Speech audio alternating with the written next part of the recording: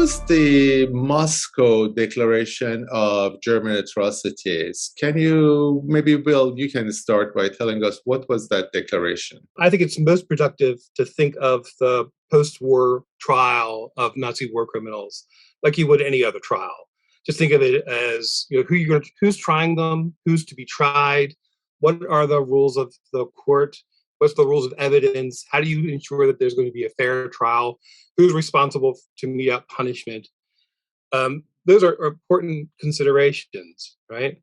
So at first, I think the Allies really discussed seriously about not doing anything about Nazi war criminals, because when the Nazis surrendered unconditionally, without condition, in May 1945, Europe was a wreck. 70% of the industrial infrastructure of Europe was destroyed. German cities are, for the most part, destroyed. Cities, towns, even villages in Eastern Europe were razed. Upwards of 50 million people died in the war. And now comes the Moscow Declaration. So even though they're tempted not to deal with Nazi criminality at all, they had declared in October 1943, well after I think most people regarded the war as having turned against the Germans. And by then, of course, most of the victims of the Holocaust are already dead. And they simply publicly declared that we know of the crimes that Nazi leaders have committed and their collaborators have committed during the war in occupied Europe, and you will find justice after the war. If you committed your crime in a particular country, you'll be returned to that country after liberation, and then you'll face justice there. If your jurisdiction is multi-countryed, then you will face the international community and you'll meet your justice there.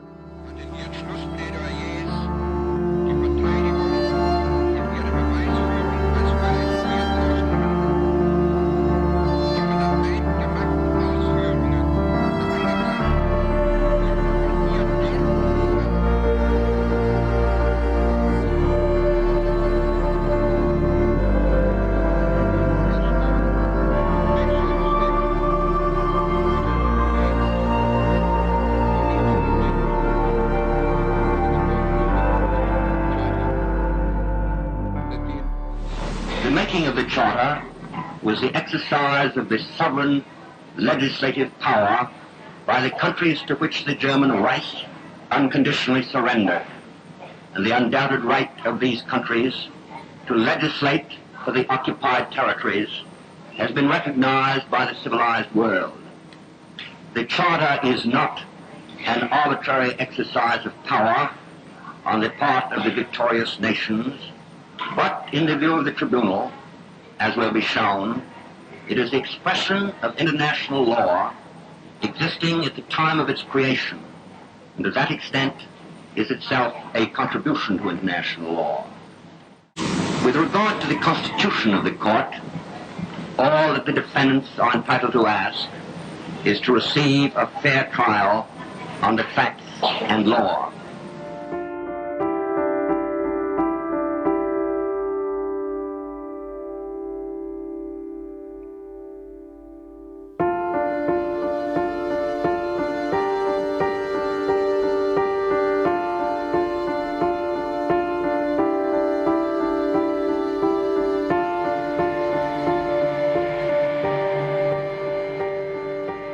Organized the trials? Who assigned the prosecutors and lawyers, and who were the prosecutors and lawyers?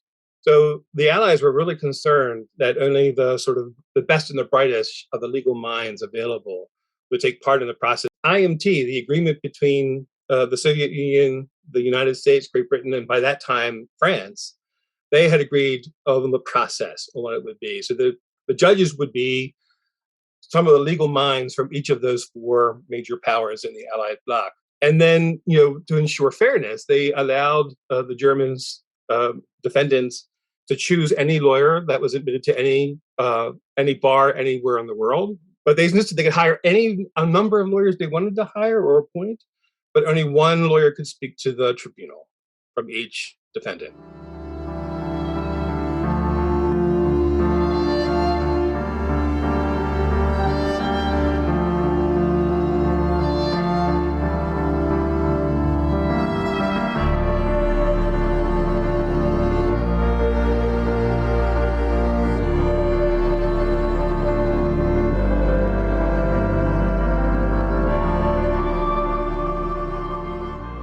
most interesting part of the trials was how they could manage to actually try individuals for the acts that were usually been tried against the states.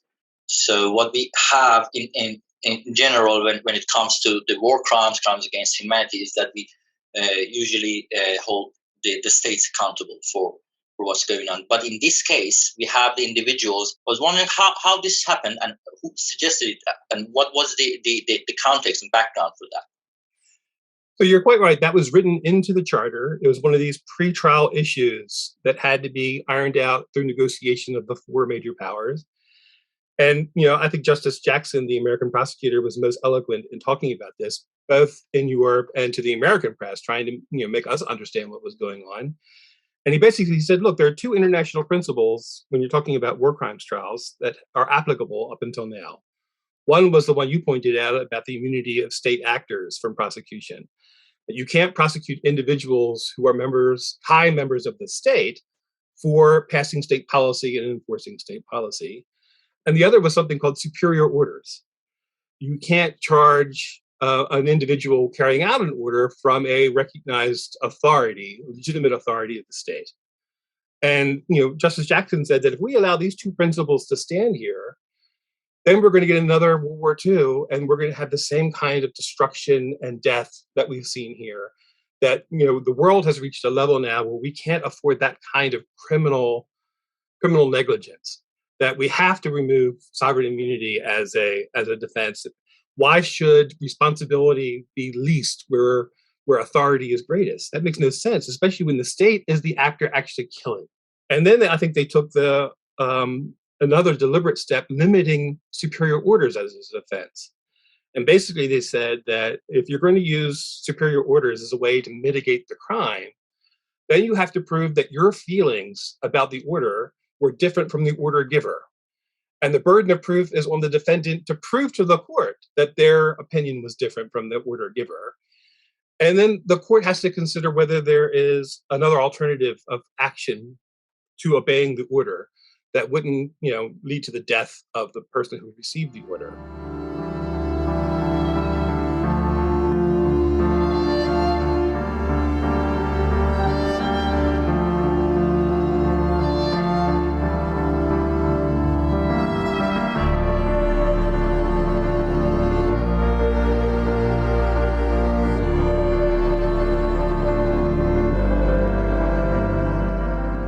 The tribunal will recall that in the showing of the moving picture, with respect to one of the camps, there was a showing of sections of human skin taken from human bodies in the Buchenwald concentration camp.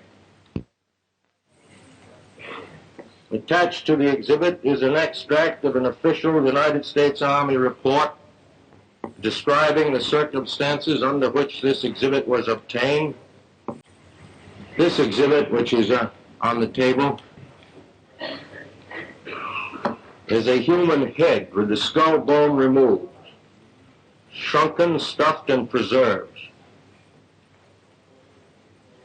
The Nazis had one of their many victims decapitated after having had him hanged, apparently for fraternizing with a German woman, and fashioned this terrible ornament from his head.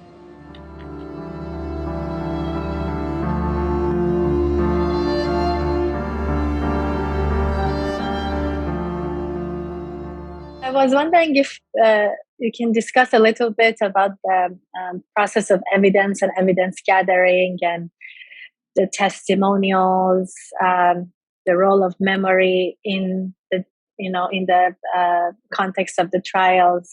As for us as Iranians, I think we are in a point in history where suddenly a lot of testimonials, first-person narratives, sometimes third-person narratives, witness narratives are becoming more and more important in the way we are seeing our reality. So I would love to hear more about that. Thanks. We're talking March through May 1945, as Allied armies rolled into Germany. They immediately began collecting evidence of Nazi criminality. And part of it was through the British, French, and the Americans sending in military teams into the camps to interview survivors, to grab documents.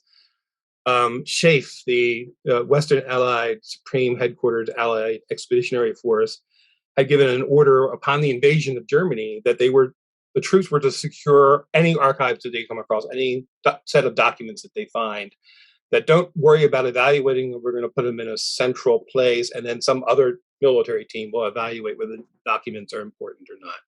But collect everything. They also had, of course, G2 interrogations of captured Nazi leaders. So we have about 1,000 of those interrogations that were then affidavits, so that they were signed by the defendant or perhaps defendant. But when it came down to the trial, Justice Jackson especially became an advocate for going, I think we should really convict the Germans with their own words. So the primary documentation that's submitted at Nuremberg was German state documents, and they had collected tons of them.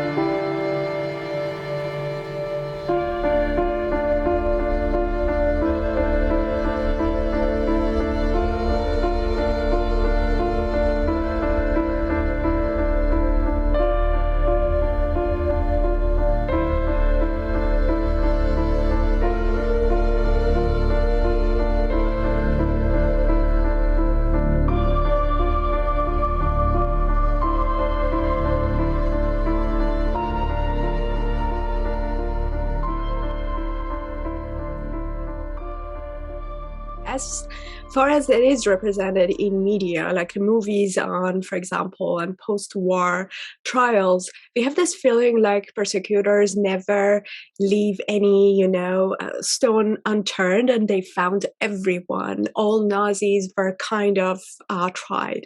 But that was not the case, because as while I was preparing myself for this webinar, I read these articles about how political stuff, like politics, like Cold War itself, overshadowed the persecution, and many Nazis could actually escape the trial. I really want to, turn your attention to the period, May 1945, when Germany surrendered without condition, through the beginning of 1947, 1948, when the Cold War starts heating up. But then the problem becomes, well, how do we decide who's going to be tried? I mean, there were 8 million members of the Nazi Party. So now suddenly you're trying to collect all this information. And the Allies set up something called a crocus list. A crocus is the central registry of war criminals and security suspects. And there's one central place that held the list of all the names, the places, the crimes that were committed that could be reported by any country in what had been occupied Europe, occupied by the Germans. So that then now they have lists of individuals who are wanted for this particular crime in Paris or in Nice or in Kiev. But now you're looking for 80,000 suspected Nazi war criminals. You also have 8 to 10 million German soldiers who are POWs now being held by the Allies in Germany, now that Germany has surrendered. So what's to stop you from just taking off your insignia, putting on a private's uniform and hide amongst German POWs? So that became extraordinarily difficult to even find war criminals in order to try them. And then trying them meant that you had to produce evidence of guilt beyond a reasonable doubt. And if you didn't have that level of evidence, it was really hard for the prosecutor to say, well, do we try them anyway and let the court find them not guilty? Or do we just, table the trial until we can find more evidence? Because double jeopardy is still in force here. That's why so many Nazi war criminals are able to escape justice at the end of the war, because we didn't just declare, people guilty and execute them. We insisted that there would be a legitimate trial that would be recognized as legitimate, especially by the Germans, the German population. They had to recognize it.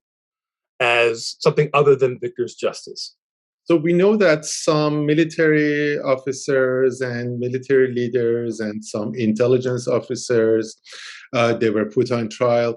But what were the other professionals? People from what other professions were put on trial for their crimes, especially direct involvement in those crimes? Control Council Order Number 10 authorized the authority in each of the occupied zones of Germany, British, French, Soviet, American, to do an IMT-style trial of war criminals within their zone.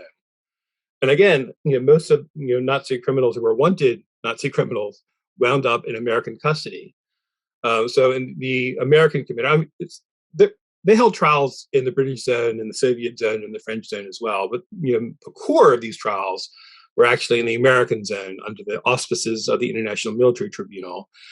And there it was decided that they should try the leading members of the various professions that contributed to Nazi criminality, whether it be doctors or justice officials or the high command of the military or senior civil servants, also, or the big industrialists in Germany that really controlled the monopoly of war industries, that they should all face trial for the crimes that they committed under the Nazis. And none of them can claim superior orders or sovereign immunity as a way out of it. So they had to face trial for the actions that they themselves committed that were regarded as crimes by the international community. And I think, again, the most legitimate of these charges, of the 4 charges, are crimes against humanity, which is really very simple. It is murder, extermination, deportation, and other crimes committed against the civilian population, even if it's permitted by law within the country in which the crime was committed. Direct involvement, either as an order giver or as someone who actually carried out the order, it didn't matter. Right? Because the Allies said that you cannot be exempt from responsibility when you occupy the highest levels of authority in the government. Yeah. Where authority is greatest, responsibility should also be greatest. But if you are the owner of a place that the execution happened in it, or if you are a cook in that facility or an accountant, you are not guilty of any crimes. It's interesting because that's also shifted since the war ended. It was just in German justice, they've moved towards saying that you can be an accountant, but if you're an accountant at Auschwitz, you're still responsible, at least as an accessory, to all the crimes committed at Auschwitz while you were there. So that's, I think, the most recent turn of German interpretation of that superior orders clause, saying that you can be tried, for the crimes committed in that time span in which you were a minor civil servant in the camp, because you're part of the machinery of death rather than just an individual killer.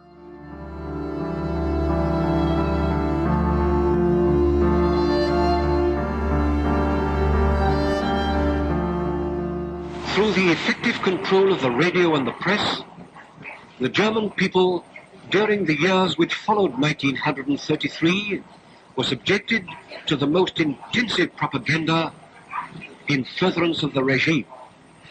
Hostile criticism, indeed criticism of any kind, was forbidden, and the severest penalties were imposed on those who indulged in it.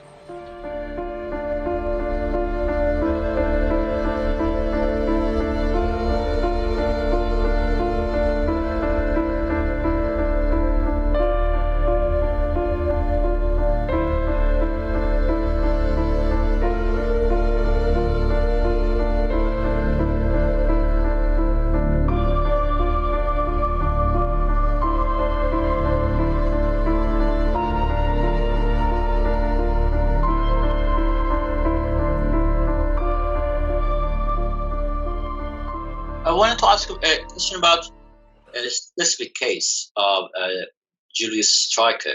I'm not sure if I'm... Yeah, you're pronouncing it correctly. Julius Streicher, yeah. Yeah, so he's a... Well, you explain how the scope of a defendant were kind of determined. But this case is I think is a little bit different because he used to be a publisher of a newspaper.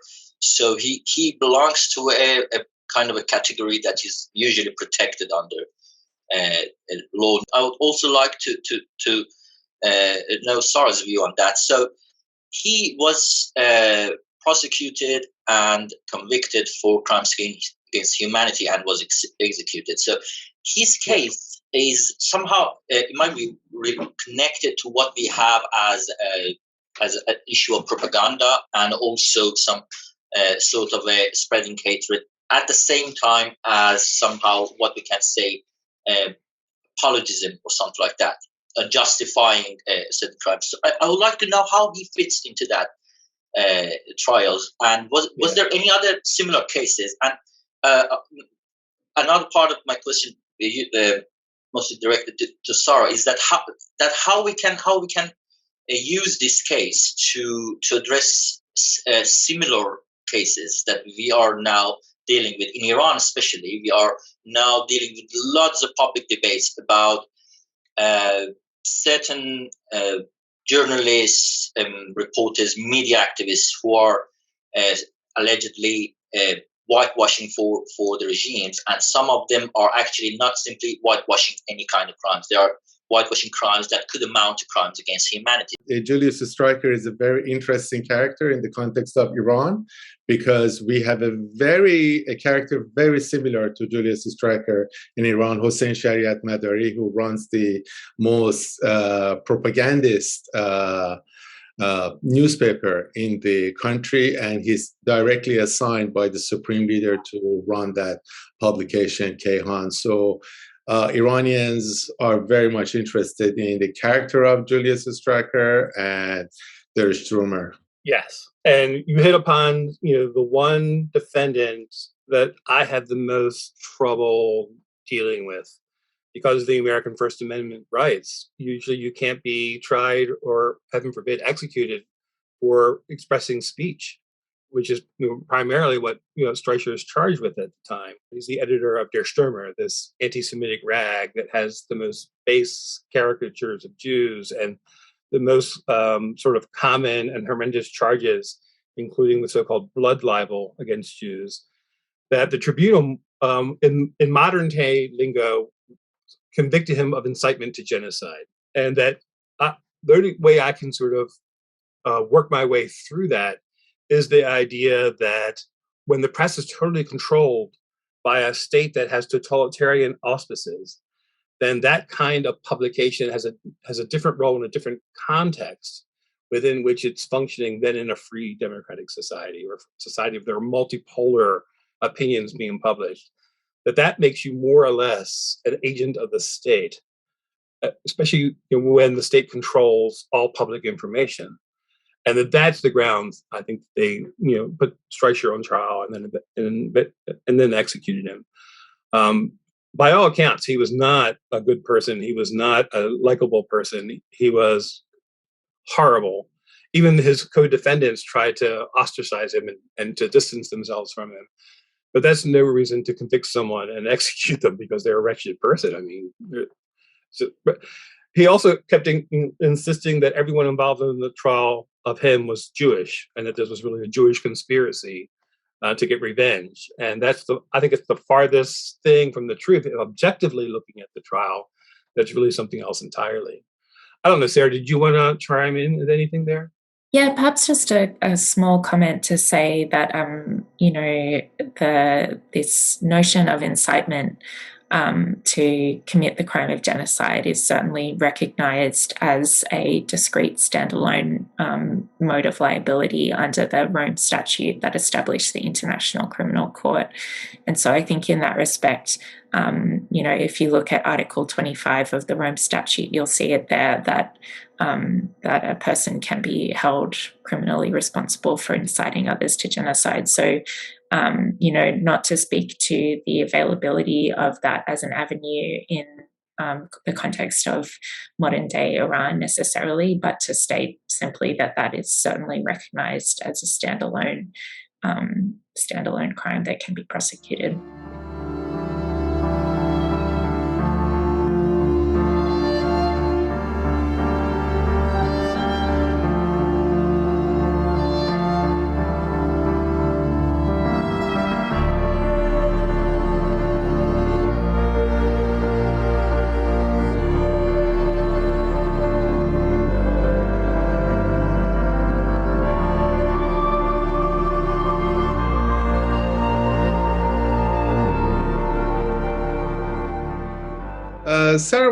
going back to Omit's question for you, what is the legacy of these post-war trials, and what is the ramification of the trials in the more, let's say, more recent genocides in Cambodia, Rwanda, Myanmar? It's very difficult to overstate the importance of the Nuremberg trials and indeed the Tokyo tribunals as well in setting foundational principles upon which contemporary international criminal law is firmly based. And we've talked about many of the principles that emerged there already today, but to state them in one place. Everyone who breaches international criminal law is punishable regardless of their status. The fact that an internal law doesn't criminalize international crimes is no excuse. And these principles, the Nuremberg principles, have really carried on over the years since the Nuremberg tribunals and informed important developments and advances in the field of international criminal justice.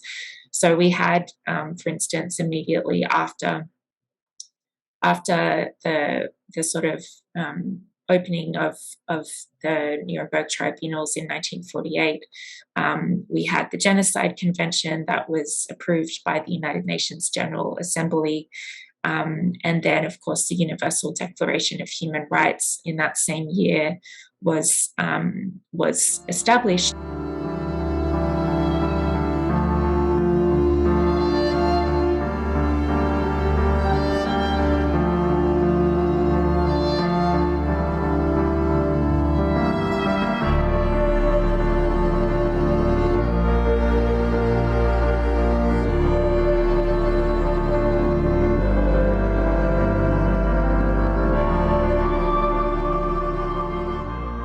How important were the trials in terms of transitioning Germany from a dictatorship to a democracy? That's hard to say because you're talking about what's in the minds of people. I will say that I think it's pretty well established that ordinary Germans, the populace, understood that the Nazis committed horrible crimes against humanity. And that since it was a German government, they were committing these crimes in their name. That's gone a long way to ordinary Germans accepting responsibility that Germans committed the Holocaust, period. And I think that has been an enormously healthy conversation in post-war Germany, talking about, well, how can we still have a civil society when the country of Goethe and Schiller and Beethoven is also the country of Globotnik, Himmler, Eichmann, and Hitler? Right? How do we reconcile those two forces? And I think what's helped them some is to see that it's not just Germany, that this is a problem that's core to Western civilization. This idea that progress is not something that's automatic, it's something that has to really be worked at and maintained and furthered. That was something I think was missing before the Holocaust. And the Holocaust has really shown that things can go horribly wrong very quickly.